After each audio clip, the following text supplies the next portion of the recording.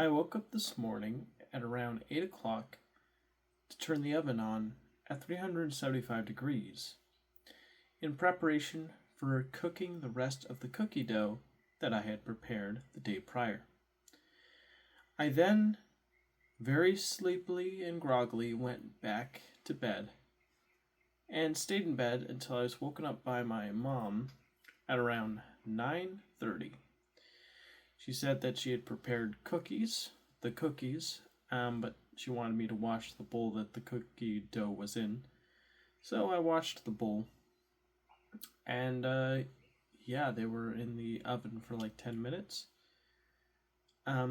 She was eating a Girl Scout egg, and she asked me if I was interested in having a Boy Scout egg or two, and I said sure. So, yes, please. And so she made two Boy Scout eggs for me. They were very good.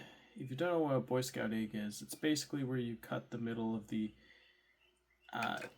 toast, like a hole, leave a hole in, and then put the egg in, and like the egg fries into the bread, and you kind of like have a French toast style egg, and you toast the piece of the bread that you cut out and put it on the pan. So it's an interesting, different way of eating egg on toast, basically. But yeah, I liked it. It was really good.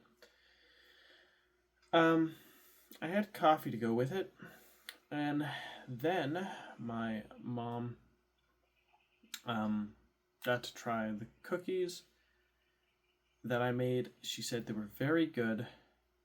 I tried them. I thought they were good too. And our family friend tried them. She thought they were very good. Then after that, my mom was doing some research. I'm forgetting exactly for what. She was using like the Google AI chatbot to help with some queries she had. Yeah.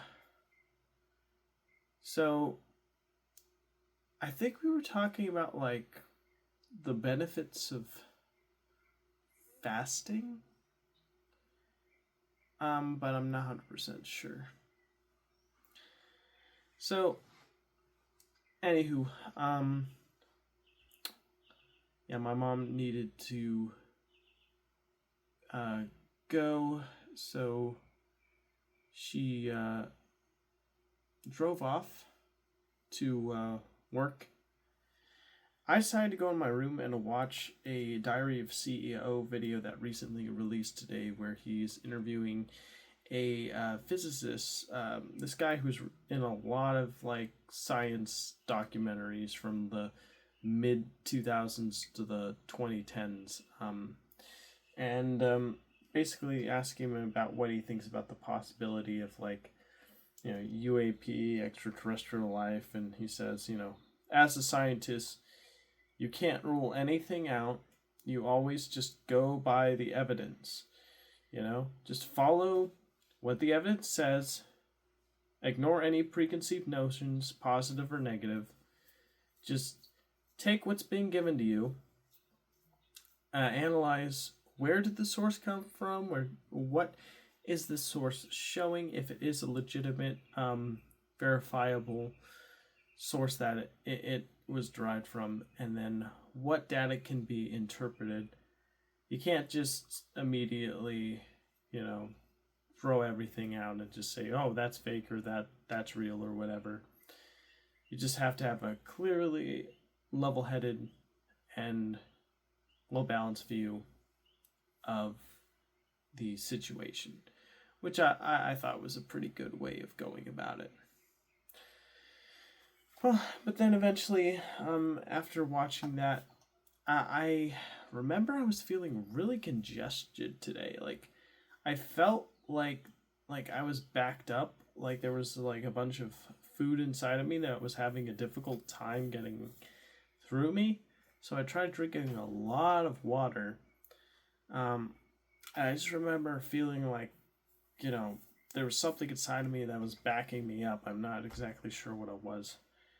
I even asked Google, and Google said, "Oh, eat an apple because apple's high in fiber." So I ate an apple. I will say, eating the apple while watching the Diary of CEO video was weirdly nostalgic and nice in a weird way. Not exactly sure why.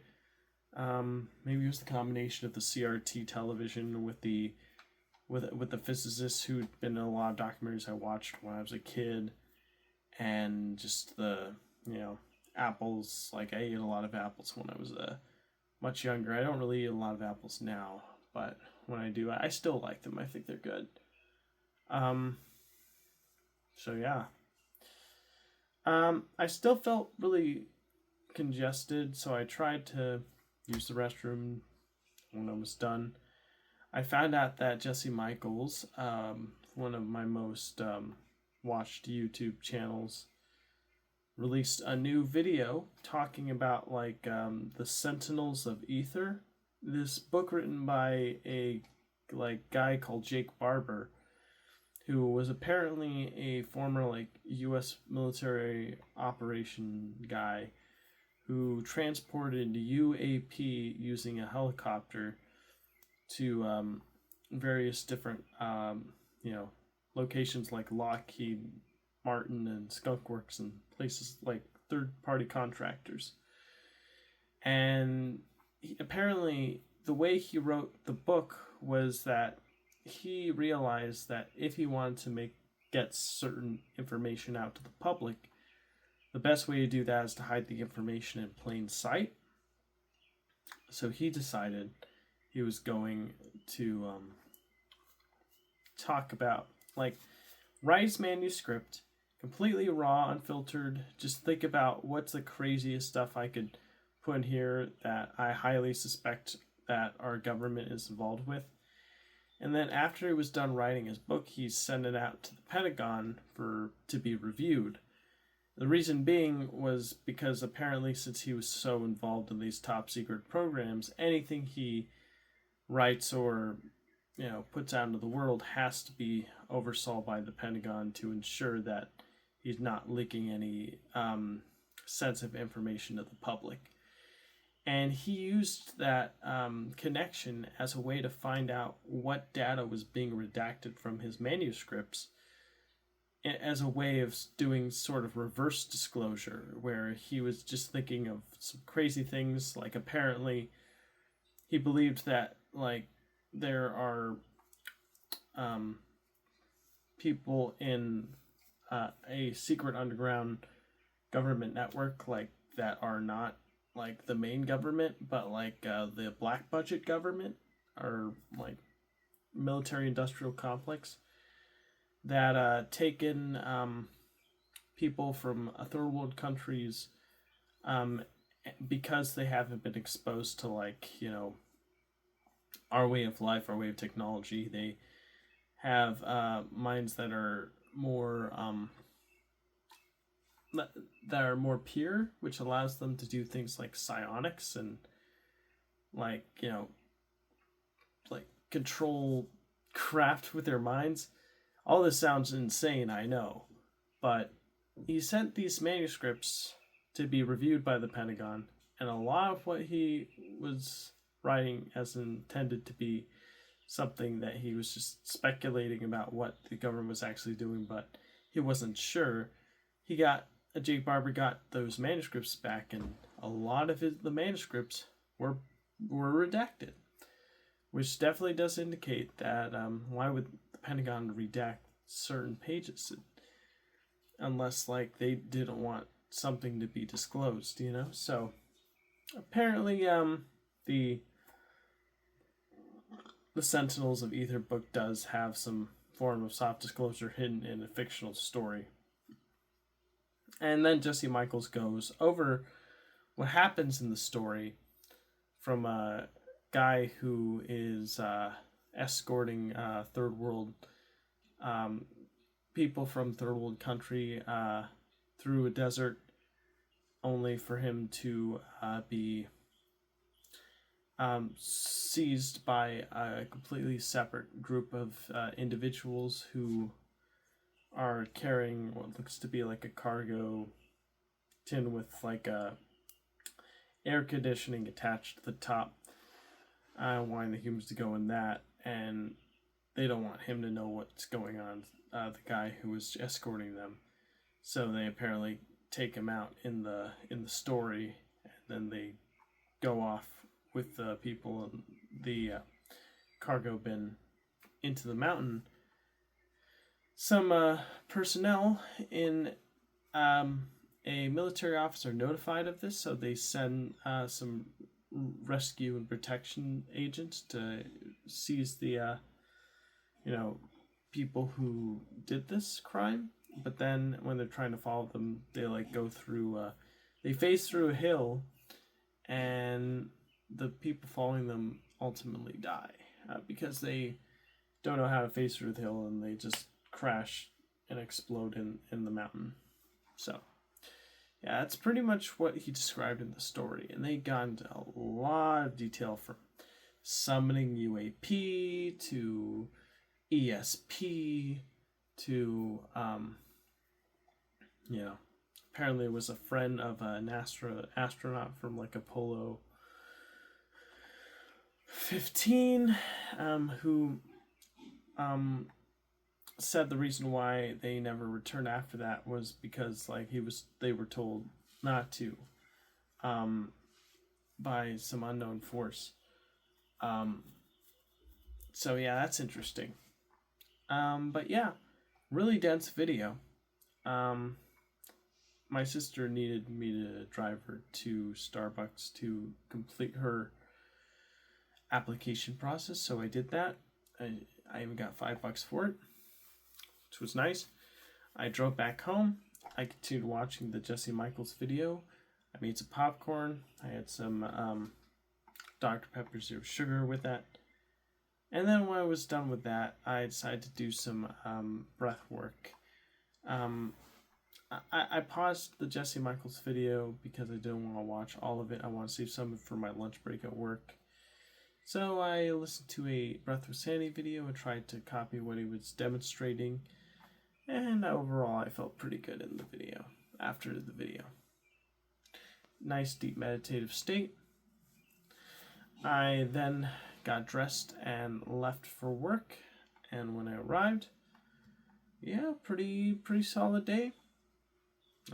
Produce sweet, break room sweet, store sweet, bagging up front, helping customers out to their car with the groceries, said hello to some good friends, and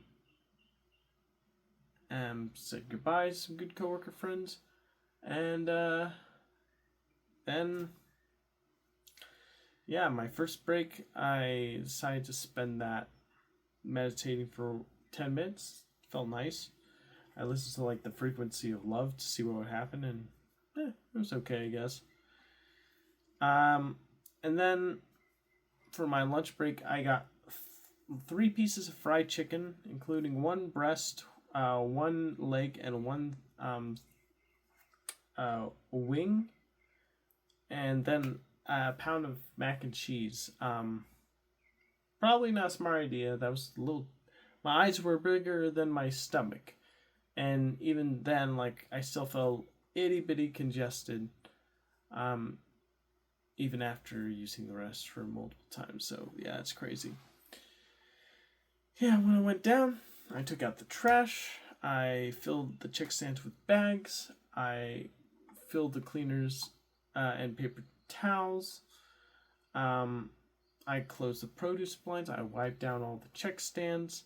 My co-worker, co-closer, he helped me by bringing carts and signs in, and today was the day where I had to take all the carts out and put them on the front of the store so that way they could get power washed, and he decided to do that for me, which I was very grateful for, because I need to spend that time wiping down the check stands, and there's no way I could have done that if I had to also split my attention and take the cards out. It's like one job or the other, that's how it would work. So yeah, Anything memorable at work today? I guess there was like some rude, like people that stole something, and they said an expletive to the manager trying to stop them, which was Lee, by the way, which is very sad. Yeah, I think that's about the most interesting thing that happened. I then punched out, grabbed my unfinished mac and cheese. I grabbed two pies because they looked pretty good to me. I bought them. I said goodbye to my co-manager and said that I would be thinking about doing some fasting, and then I drove off. When I arrived home, I was greeted by my mom, where I wanted to show her this new technology I found, which I discovered before going and leaving in my car. She recommended Google Omni, where it was like Google's new way of doing like AI video production.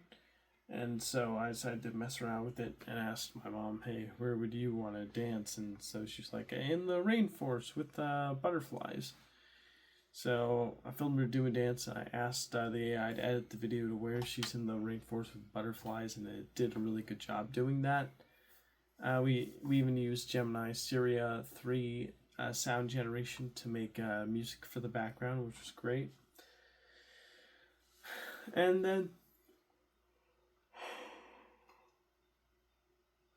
we wanted to keep the fun going by having me do a little dance, and then put me in a vaudeville act with vaudeville music, and then my sister do a little dance where she was surrounded by penguins and an igloo in the background, and had like some, cyberpunk style music playing in the background. So it was a lot of fun. Then me and my sister watched some UAP videos, which were fun.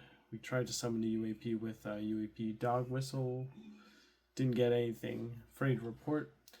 Then after that, I was listening to the latest Digital Foundry video, and then I watched this video. Well, actually, no, that's not what I did. I watched this video where these two guys were watching this Pinocchio 3000K movie, and yeah, it looked really weird. Not exactly sure if I had to watch that, honestly. I remember watching the trailer as a kid thinking, oh, this is corny beyond belief. So, yeah.